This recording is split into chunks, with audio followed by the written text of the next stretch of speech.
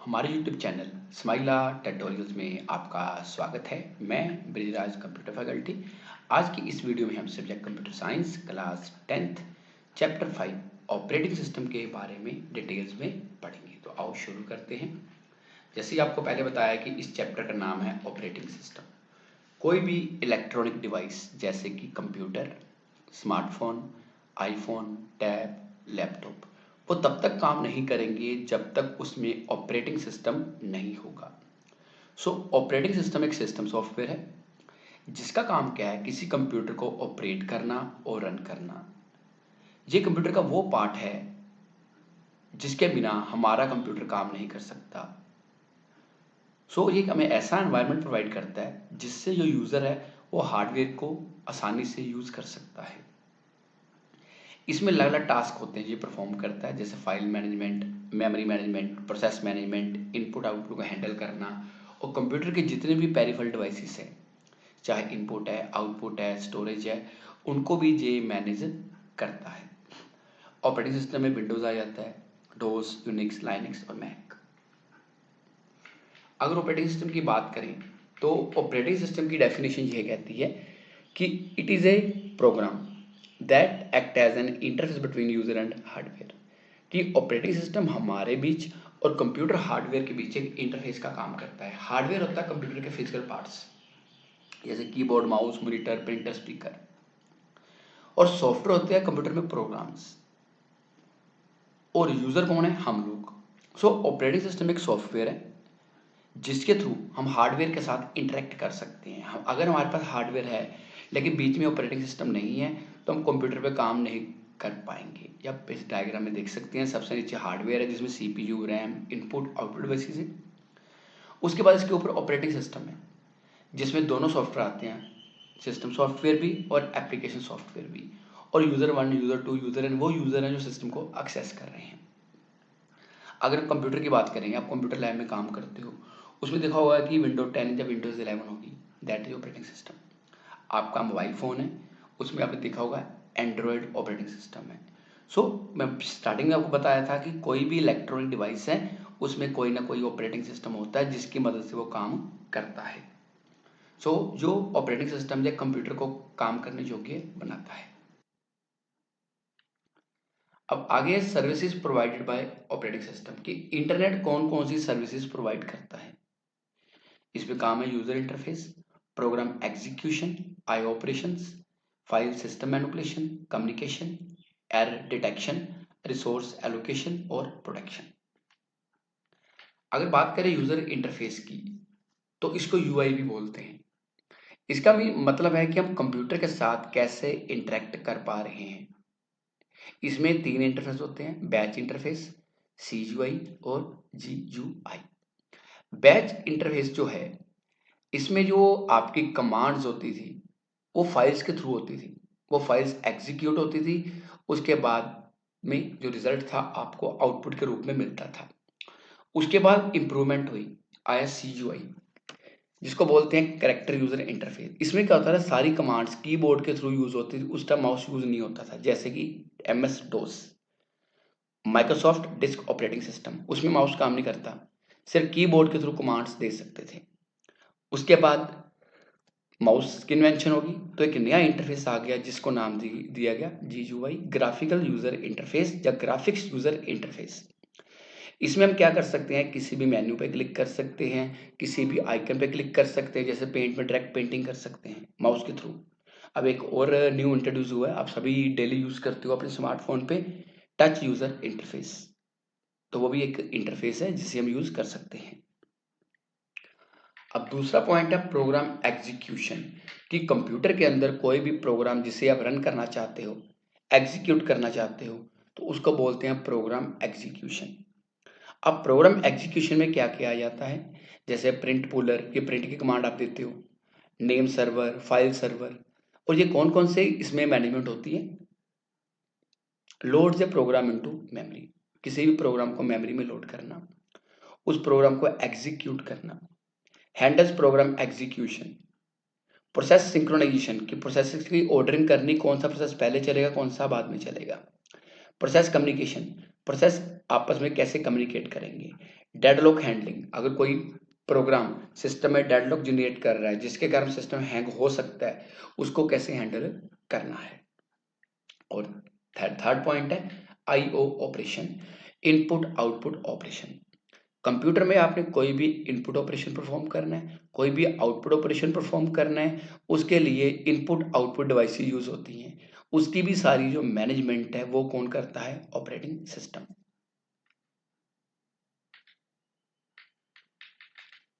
Next है file system manipulation. अब file क्या होती है, हम कंप्यूटर में कोई भी काम करते हैं उसको अगर सेव करते हैं, दैट इज फाइल। चाहे आपने काम पेंट में किया है, चाहे एमएस वर्ड में किया है, एक्सेल में किया है, पावर पॉइंट में किया है, आपको हम बोलते हैं कि जी फाइल को सेव कर दो, कंट्रोल एस कर दो, आप फाइल सेव करके चले जाते हो क्योंकि इन फ्यूचर आप फाइल को दोबारा ओपन कर सको। That is file system manipulation, की फाइल को आपने बनाना कैसे, उसको सेव कैसे करना है।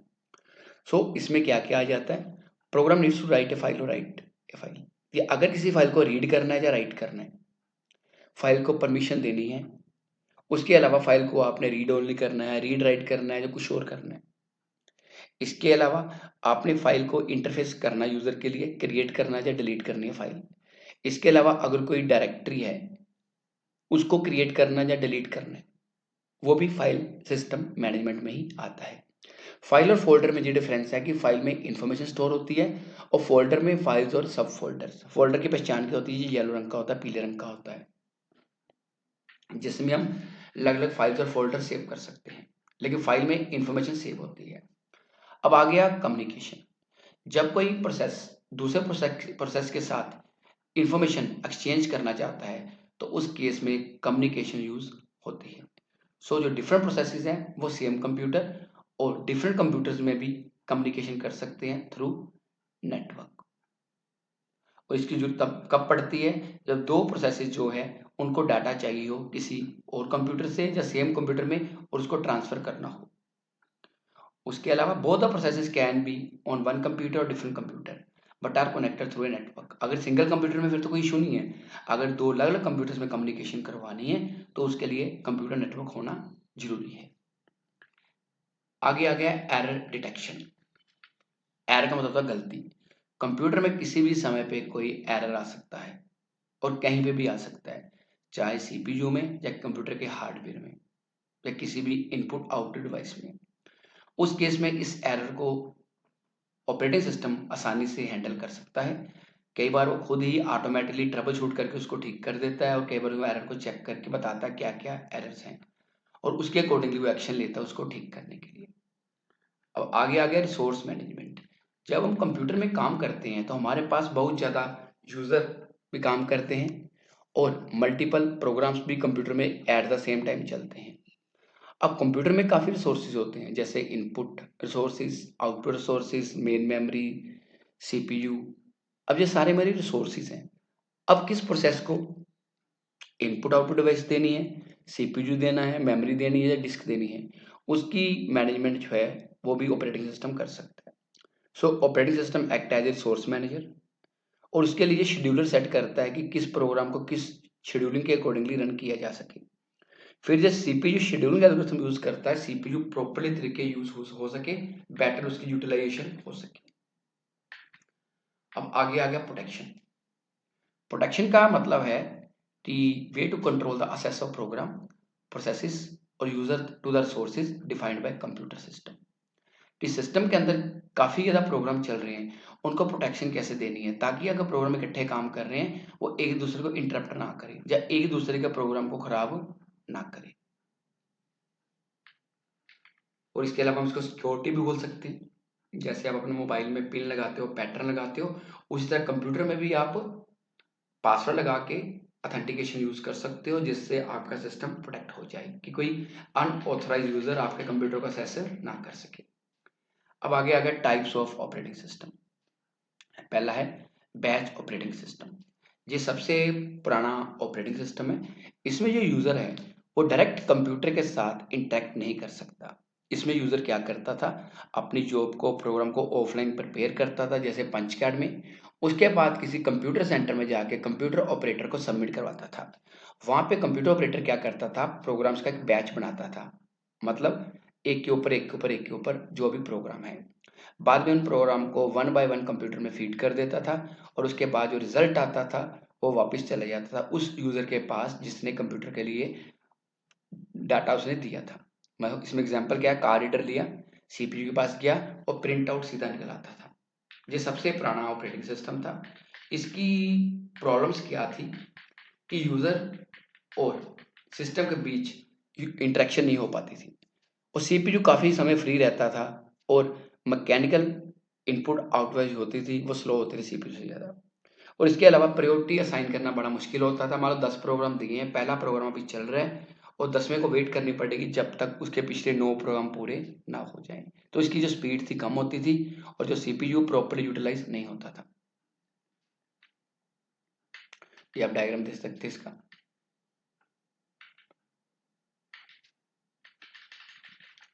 उसके बाद आया मल्टी प्रोग्रामिंग ऑपरेटिंग सिस्टम।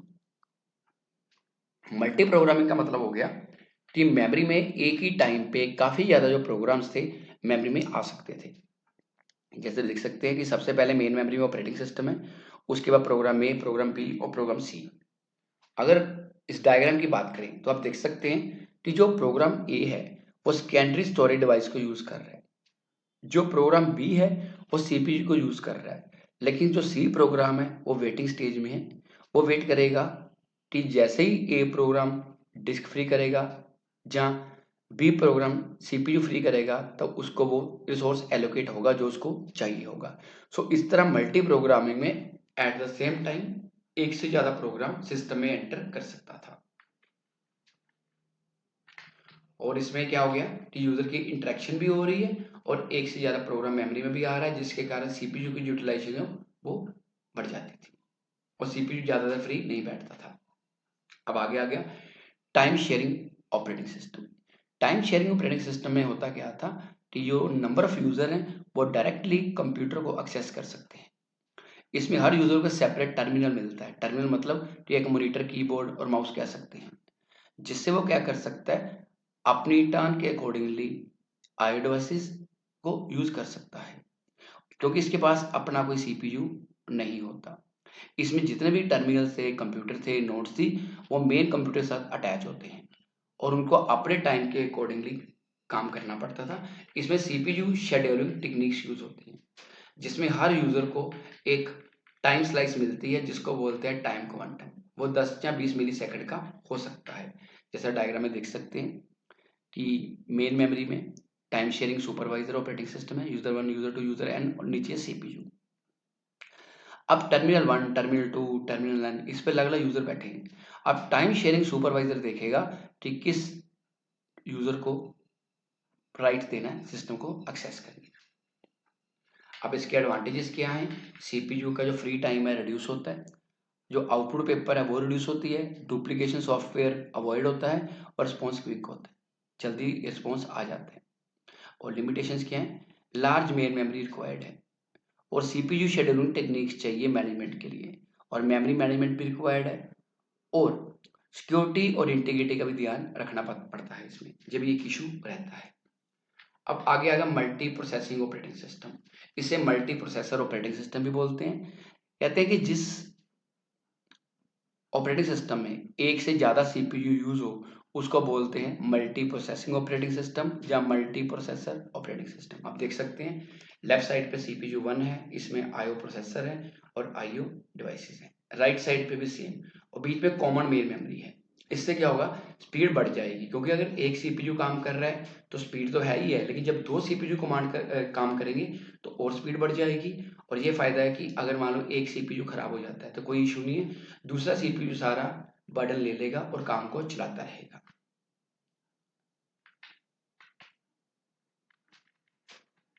अब दो तरह के सिस्टम होते हैं, एक होते हैं टाइटली कपल्ड, एक होते हैं loosely coupled.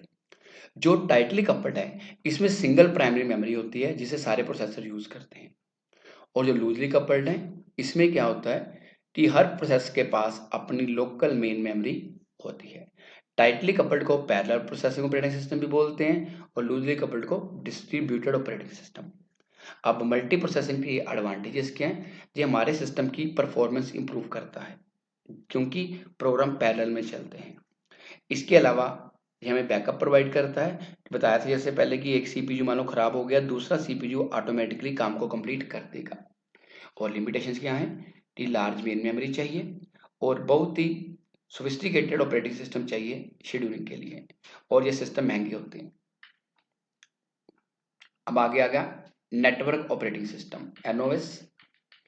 Network operating system वो ऑपरेटिंग सिस्टम जो सर्वर पे रन होता है। नेटवर्क ऑपरेटिंग जरूरत तब पड़ती है जब हम कंप्यूटर नेटवर्क में काम करना चाहते हैं, क्योंकि अगर सिंगल पीसी में काम कर रहे हैं फिर तो कोई इशू नहीं है। अगर हम चाहते हैं कि एक नेटवर्क बनाना है, जैसे मान लो आपके कंप्यूटर लैब है, उसमें एक कंप्यूटर लगा है, उसके साथ मान लो 5 कंप्यूटर जोड़े हैं, टोटल 6 कंप्यूटर चल रहे हैं, 6 कंप्यूटर का नेटवर्क है। सो उन पे कमांड चलाने के लिए हमें नेटवर्क ऑपरेटिंग सिस्टम चाहिए ताकि उनकी जो नेटवर्किंग है वो सही तरीके से यूज हो सके। जैसे MS window server 2003, 2008, Unix, Linux, Mac X, the Novell, NetWare. इसके एडवांटेजेस क्या हैं? जो सेंट्रलाइज सर्वर हैं वो बहुत ज़्यादा स्टेबल होते हैं, सिक्योरिटी सारी सर्वर लेवल पे मैनेज होती है, और रिमोट एक्सेस जो सर्वर है पॉसिबल है कि अलग अलग लोकेशन से जो सिस्टम है डाटा को एक्सेस कर सकते हैं। और लिमिटेशंस क्या है? इसका सर्वर खरीदना है, रन करना वो महंगा है। और इसमें क्या है कि सारा कुछ सेंट्रल सर्वर पे डिपेंड है। अगर सर्वर फेल हो गया तो पूरा नेटवर्क ही फेल हो जाएगा। और इसके अलावा रेगुलर मेंटेनेंस जो अपडेट्स हैं वो भी रिक्वायर्ड है। अब आगे है रियल टाइम ऑपरेटिंग सिस्टम। जिस ऑपरेटिंग सिस्टम में हमें इमीडिएट रिस्पॉन्स चाहिए हो उसको बोलते हैं रियल टाइम ऑपरेटिंग सिस्टम। इसमें जो रिस्पॉन्स टाइम होता है बहुत ही कम होता है, मतलब बहुत जल्दी आपके पास रिस्पॉन्स आएगा। जैसे आपको पहले बताया कि रियल टाइम ऑपरेटिंग सिस्टम होते हैं जिसमें हमें इमीडिएट रिस्पॉन्स चाहिए हो। ये कहाँ यूज होते हैं? किसी मशीनरी को कंट्रोल करने के लिए, साइंटिफिक इंस्ट्रूमेंट के लिए, मेडिकल इमेजिंग सिस्टम के लिए, इंडस्ट्री कंट्रोल सिस्टम के लिए, weapon system, robot, air traffic control system. अब आगे आ गया single user and multi user operating system. Single user नाम से क्लियर है कि अगर एक सिस्टम को एक टाइम पे एक ही यूजर एक्सेस कर पा रहा है तो उसको बोलते हैं सिंगल यूजर ऑपरेटिंग सिस्टम। जैसे MS DOS, window 95, window NT, window 2000, जैसे सिंगल यूजर काम कर रहा है। मल्टी यूजर में क्या है कि एक मेन सर्वर है जिसमें अलग अलग टर्मिनल लगे हैं नेटवर्क में जिसमें यूजर उसको असेस कर रहे हैं। सो मल्टी यूजर में क्या होता है कि एक टाइम पे एक से ये ज्यादा यूजर अपने टर्मिनल पे बैठ के कंप्यूटर को एक्सेस कर सकता है। इसमें एग्जांपल है जैसे IBM, Linux, Unix, distributed operating system. ये दोनों का डिफरेंस है, ये भी आपको क्वेश्चन आ सकता है पेपर में कि सिंगल यूजर में क्या है कि एक टाइम पे एक ही यूजर सिस्टम को एक्सेस कर सकते हैं, और राइट साइड पे मल्टी यूजर में एक से ज्यादा यूजर सिस्टम को एक्सेस कर सकते हैं। और सिंगल यूजर में सेकंड पॉइंट है कि सिंगल यूजर को सिस्टम एलोकेट होता है, और मल्टीपल में क्या है, मल्टीपल यूजर में रिसोर्सेज एलोकेट होते हैं। और सिंगल यूजर में जितने भी रिसोर्सेज होते हैं सिंगल यूजर के लिए होते हैं, और मल्टी यूजर में जो रिसोर्सेज हैं मल्टीपल यूजर में डिवाइड होते हैं। Single user operating system simple होते हैं, उनको डिज़ाइन करना आसान है। Multi user operating system complicated होते हैं और उनको डिज़ाइन करना डिफिकल्ट है। सिंगल यूजर दो तरह की होती है, single user single task, single user multitask. उधर भी दो तरह के होते हैं मल्टी यूजर में, टाइम शेयरिंग ऑपरेटिंग सिस्टम और distributed operating system. Single user की एग्जांपल है MS DOS, window 95, window NT, window 2000 और पर्सनल कंप्यूटर आपके। और मल्टी यूजर में आपके आ जाते हैं जैसे IBM as 400, Linux, Unix, distributed operating system. अब आगे आ गया कंप्यूटर सिक्योरिटी। कंप्यूटर सिक्योरिटी को साइबर सिक्योरिटी और आईटी सिक्योरिटी भी बोलते हैं। इसका मतलब है कि आपके कंप्यूटर सिस्टम को उसकी इंफॉर्मेशन को अनऑथराइज यूजर से बचाना ताकि आपके सिस्टम का कोई डाटा चोरी ना कर सके या सिस्टम को कोई नुकसान ना पहुंचा सके। और इसमें क्या हो सकता है, कंप्यूटर सिक्योरिटी में क्या क्या ध्यान रखता है कि कोई वायरस आपके सिस्टम पे अटैक ना करे, कोई फिशिंग टेक्निक अप्लाई ना करे। सो डाटा को चोरी से बचाने के लिए, जहाँ कह सकते हैं हैकिंग से बचाने के लिए कंप्यूटर सिक्योरिटी बहुत जरूरी है। अब इसमें एक वर्ड आती है CIA, कॉन्फिडेंशियलिटी, इंटीग्रिटी और अवेलेबिलिटी। कॉन्फिडेंशियलिटी में क्या होता है, actions that data exchange not accessible to unauthorized user, कि अनऑथराइज्ड यूजर सिस्टम को एक्सेस नहीं कर सकते। और इंटीग्रिटी का मतलब है कि डाटा प्रोटेक्टेड है, कोई आपके डाटा में चेंजेस नहीं कर सकता आपके अलावा। अवेलेबिलिटी का मतलब जो ऑथोराइज यूजर हैं, जिनके पास राइट्स हैं, वो किसी भी समय आपके सिस्टम के डाटा को एक्सेस कर सकते हैं। अब आ गया कंप्यूटर सिक्योरिटी थ्रेट्स। आपके सिस्टम को कौन सी चीजों से खतरा हो सकता है? तो पहले है मालवेयर। मालवेयर का मतलब होता है मलिशियस सॉफ्टवेयर। इसमें virus, spyware, worms, ransomware, Trojan horse जैसे वायरस आ जाते हैं जो हमारे सिस्टम के डाटा को खराब कर सकते हैं। फिशिंग। फिशिंग एक टेक्निक है जिसमें साइबर क्रिमिनल जो हैं वो आपको लालच देके आपकी डाटा को चोरी कर सकते हैं, आपको फंसा सकते हैं। जैसे आपको बोल सकते हैं कि आपकी लॉटरी निकली, आपका फ्री रिचार्ज निकला, इस लिंक पे क्लिक करो, उस पर बिल्कुल भी क्लिक नहीं करना। सो फिशिंग का मतलब होता है किसी को अपने जाल में लालच देके फंसाना। अब आगे आ गया रूट किट। जो रूट किट है ये भी एक ऐसा वायरस है जो आपके सिस्टम के रूट को अटैक करता है। रूट मतलब हम बात करते हैं माई कंप्यूटर आपका रूट है, उसमें सारी ड्राइव है, उस पर जाके वो अटैक करेगा, जिससे क्या होगा, आपका पूरा सिस्टम जो है वो हैक हो जाएगा और आप उसको असेस नहीं कर पाओगे। इसको डिटेक्ट करना बड़ा मुश्किल है। एक होता है की लॉगर, इसको की स्ट्रोक लॉगर बोलते हैं। इसमें क्या होता है कि देख सकते हैं आप कि सामने राइट पे पिक्चर दिखाई दे रही है कि यूजर ने जो कीज प्रेस करी हैं वो रिकॉर्ड हो जाती है बैकग्राउंड पे, और जो साइबर क्रिमिनल है वो आसानी से आपका डाटा चोरी कर सकता है। ये एटीएम मशीन पे मान लो कि आप पैसे निकलवाने गए हो, आपने अपना पिन डाला, तो हो सकता है कि कोई हैकर है, उसने क्या उसके ऊपर की लॉगर लगा दिया, आपके फिंगरप्रिंट ले लिया, आपने कौन कौन सी की दबाई है, उसका मिसयूज कर सकता है। सो इस चीज का भी आपने ध्यान रखना है। तो आगे, how do we secure our computer, कि हम अपना कंप्यूटर सिस्टम कैसे सिक्योर कर सकते हैं या मोबाइल कैसे सिक्योर कर सकते हैं। सो आज के समय में जो इंटरनेट सिक्योरिटी है वो बहुत मस्ट है, क्योंकि अगर आप अवेयर होगी, नॉलेज होगी आपको, तो कभी भी आपके साथ साइबर क्राइम नहीं होगा। सो इसके लिए कहता है कि पहला पॉइंट है कि लेटेस्ट एंटी मालवेयर सॉफ्टवेयर। आपके सिस्टम में, कंप्यूटर में, लैपटॉप में या किसी भी डिवाइस में लेटेस्ट एंटी मालवेयर सॉफ्टवेयर होना चाहिए, एंटीवायरस सॉफ्टवेयर होना चाहिए। जैसे नॉर्टन, क्यूकहील, कैस्परस्काई, बिट डिफेंडर। कुछ आपको फ्री में मिलते हैं डेमो, लेकिन आफ्टर सम टाइम वो काम करना बंद कर देते हैं और सिस्टम पे प्रॉब्लम कर सकते हैं। इसलिए एंटीवायरस या एंटी मालवेयर वो सॉफ्टवेयर हो जो पेड हो, जहाँ आप फायरवॉल भी अपने कंप्यूटर में इनेबल कर सकते हो, फ्री मिलती है। आगे आ गया पासवर्ड प्रोटेक्शन। अपने सिस्टम को पासवर्ड लगा के रखो, और पासवर्ड ऐसा रखो जो सीक्रेट हो और कोई उसे आसानी से डिटेक्ट ना कर सके, जिसमें पहला लेटर बड़ा हो, फिर नंबर्स हो, छोटे अल्फाबेट हो, देन स्पेशल कैरेक्टर भी हो। आगे, apply latest update and patches. जब आपको अपडेट आते हैं चाहे मोबाइल पे या कंप्यूटर पे, उनको जरूर अप्लाई करो। फायरवॉल पहले ही बताया कि आपके सिस्टम और आपके लोकल एरिया नेटवर्क के बीच में एक गार्ड का काम करती है कि कोई अनऑथोराइज प्रोग्राम आपके सिस्टम में ना आ सके। इसके अलावा जो आपको ईमेल आती है मान लो, जिसे आप नहीं जानते, उस अटैचमेंट में कभी भी क्लिक ना करो। और इंटरनेट पे कई बार आपको चेतावनी आती है या कोई पॉपअप आते हैं, आपको लग रहा है कि दिक्कत दे सकते हैं, तो उनको कभी भी इनेबल ना करो। इसके अलावा अपने सिस्टम का समय समय पे बैकअप लेते रहो, डाटा किसी दूसरी जगह सेव करते रहो, चाहे एक्सटर्नल हार्ड डिस्क में या पेन ड्राइव में। इसके अलावा सिस्टम को डेली स्कैन करो एंटी मालवेयर सॉफ्टवेयर से। इस तरह आप अपने सिस्टम को वायरस से बचा सकते हो, हैकर से या साइबर क्रिमिनल से बचा सकते हो। उसके बाद कुछ पॉइंट्स और मेंबर है जो आपने अपने माइंड में रखने हैं। इस साल से जो पेपर है कंटेंट बेस होगा।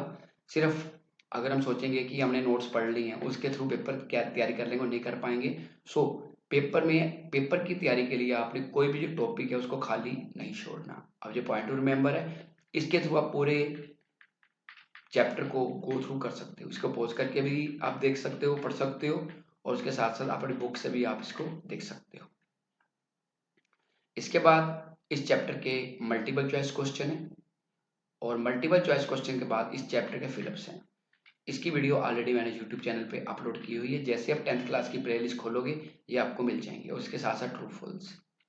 और इसके बाद इस चैप्टर के शॉर्ट आंसर क्वेश्चन और लॉन्ग आंसर क्वेश्चन ये भी हमने अपलोड कर दिए हैं। अब 10th क्लास की प्लेलिस्ट में आप देख सकते हो। तो आज के लिए इतना ही। अगली बार फिर किसी नए टॉपिक के साथ मिलेंगे। अगर आपकी कोई क्वेरी है तो आप कमेंट सेक्शन में पूछ सकते हैं या अपने कंप्यूटर अध्यापक की मदद ले सकते हैं। धन्यवाद।